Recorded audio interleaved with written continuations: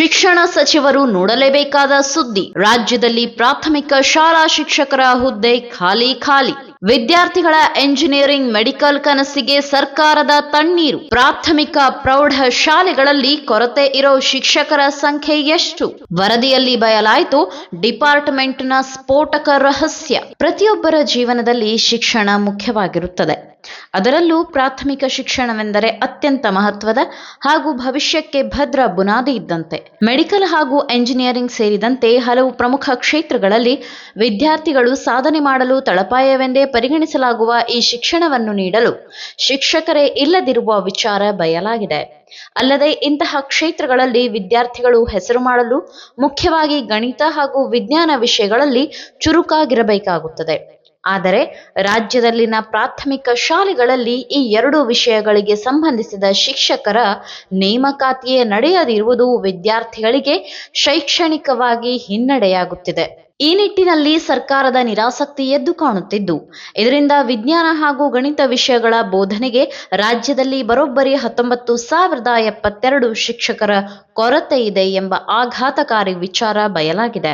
ಇನ್ನು ರಾಜ್ಯದ ಶೈಕ್ಷಣಿಕ ಪ್ರಗತಿಯ ಕುರಿತು ASER ವರದಿ ಬಿಡುಗಡೆ ಮಾಡಿದ್ದು, ಇದರ ಪ್ರಕಾರ ರಾಜ್ಯದಲ್ಲಿ ಖಾಸಗಿ ಹಾಗೂ ಸರ್ಕಾರಿ ಶಾಲೆಗಳಲ್ಲಿ ಗಣಿತ ವಿಷಯದಲ್ಲಿ ಕೌಶಲ್ಯ ಹಾಗೂ ಜ್ಞಾನವನ್ನು ಮಕ್ಕಳ ಪ್ರಮಾಣ ಕಡಿಮೆಯಾಗಿದೆ. ಅಲ್ಲದೆ ಪ್ರಮುಖವಾಗಿ ಸೂಕ್ತವಾಗಿ ಅಧ್ಯಾಪಕರ ಮಾರ್ಗದರ್ಶನವು ವಿದ್ಯಾರ್ಥಿಗಳಿಗೆ ದೊರೆಯದೇ ಇರುವುದು ಈ ಸಂಖ್ಯೆಯ ಕುಸಿತಕ್ಕೆ ಕಾರಣವಾಗಿದೆ. ಈಗಾಗಲೇ ರಾಜ್ಯದಲ್ಲಿ ಖಾಲಿ ಇರುವ ವಿಜ್ಞಾನ ಹಾಗೂ ಗಣಿತ ಶಿಕ್ಷಕರ ಹುದ್ದೆಗಳನ್ನು ಭರ್ತಿ ಮಾಡುವಂತೆ ಪೋಷಕರು ಹಾಗೂ ಶಿಕ್ಷಕ ಸಂಘಟನೆಗಳು ಸರ್ಕಾರವನ್ನು ಒತ್ತಾಯಿಸುತ್ತಿದೆ. ಆದರೂ ಸಹ ರಾಜ್ಯ ಸರ್ಕಾರ ಈ ವಿಚಾರವನ್ನು ಗಂಭೀರವಾಗಿ ಪರಿಗಣಿಸದೇ ಇರುವುದೇ ಇದಕ್ಕೆ ಮುಖ್ಯ ತೊಡಕಾಗಿದೆ. ಅಲ್ಲದೆ ಮುಂಬರುವ ಶೈಕ್ಷಣಿಕ ವರ್ಷದಲ್ಲಾದರೂ ಕೂಡಲೇ ಶಿಕ್ಷಕರ ನೇಮಕಕ್ಕೆ ಸರ್ಕಾರ ಮುಂದಾಗಬೇಕಿದೆ.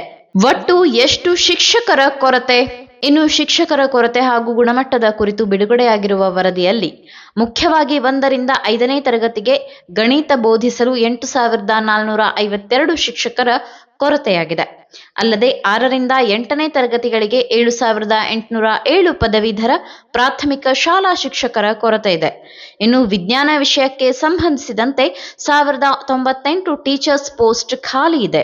ಅಂತೆಯೇ ಪ್ರೌಢಶಾಲಾ ವಿಭಾಗದಲ್ಲೂ ವಿಜ್ಞಾನಕ್ಕೆ 1,223 ಹಾಗೂ ಗಣಿತಕ್ಕೆ 492 ಶಿಕ್ಷಕರ ಹುದ್ದೆಗಳ ಕೊರತೆ ಇವೆ.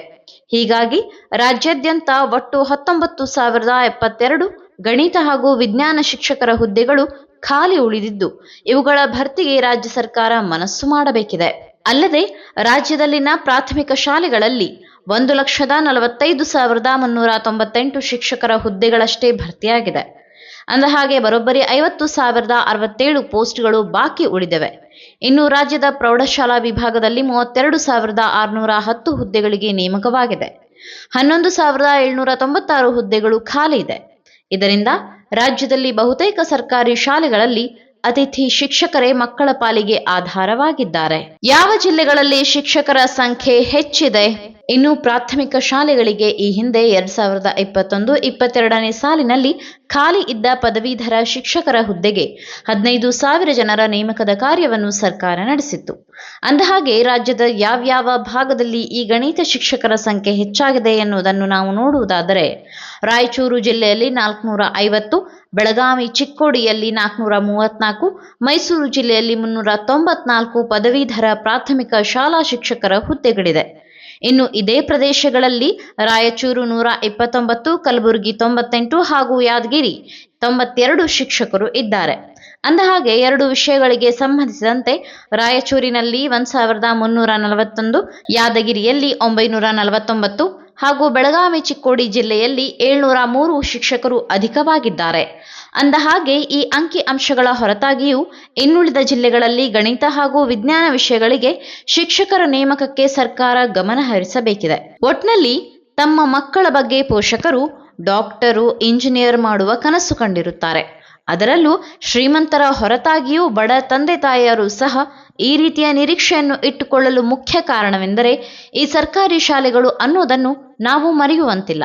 ಅಲ್ಲದೆ ಪ್ರತಿಯೊಬ್ಬರ ಬದುಕಿನಲ್ಲೂ ಸಹ ಈ ಹಂತದ ಶಿಕ್ಷಣವೇ ಮೇನ್ ರೋಲ್ ಪ್ಲೇ ಮಾಡುತ್ತದೆ. ಅದರಲ್ಲೂ ವೃತ್ತಿಯಾಧಾರಿತ ಬದುಕಿಗೆ ಆರಂಭದಲ್ಲಿ ಪಡೆದ ಗಣಿತ ಹಾಗೂ ವಿಜ್ಞಾನದ ವಿಷಯಗಳೇ ಮಾರ್ಗ ತೋರುತ್ತದೆ. ಆದರೆ ಈಗ ರಾಜ್ಯದಲ್ಲಿ ಈ ವಿಷಯಗಳಿಗೆ ಇರುವ ಶಿಕ್ಷಕರ ಕೊರತೆಯನ್ನು ನೀಗಿಸಲು ರಾಜ್ಯ ಸರ್ಕಾರ ಗಟ್ಟಿ ಮನಸ್ಸು ಮಾಡಬೇಕಿದೆ. ಇಲ್ಲವಾದರೆ ಇತರ ವಿಷಯಗಳಲ್ಲಿ ಜ್ಞಾನ ಪಡೆಯುವ ವಿದ್ಯಾರ್ಥಿಗಳು ಈ ವಿಷಯದಲ್ಲಿ ಹಿನ್ನಡೆ ಅನುಭವಿಸುವ ಆತಂಕ ರಾಜ್ಯದ ಪೋಷಕರಲ್ಲಿ ಮೂಡಿದೆ ಅನ್ನೋದು ಸುಳ್ಳಲ್ಲ. ಈ ಮಾಹಿತಿ ನಿಮಗೆ ಇಷ್ಟವಾಗಿದ್ದಲ್ಲಿ ಈ ಬಗ್ಗೆ ಕಮೆಂಟ್ ಮಾಡಿ, ವಿಡಿಯೋನ ಲೈಕ್ ಮಾಡಿ, ಶೇರ್ ಮಾಡಿ. ನಮ್ಮ ಚಾನೆಲ್ನ ಸಬ್ಸ್ಕ್ರೈಬ್ ಮಾಡದಿದ್ದಲ್ಲಿ ಬೇಗ ಸಬ್ಸ್ಕ್ರೈಬ್ ಮಾಡಿ. ಧನ್ಯವಾದ.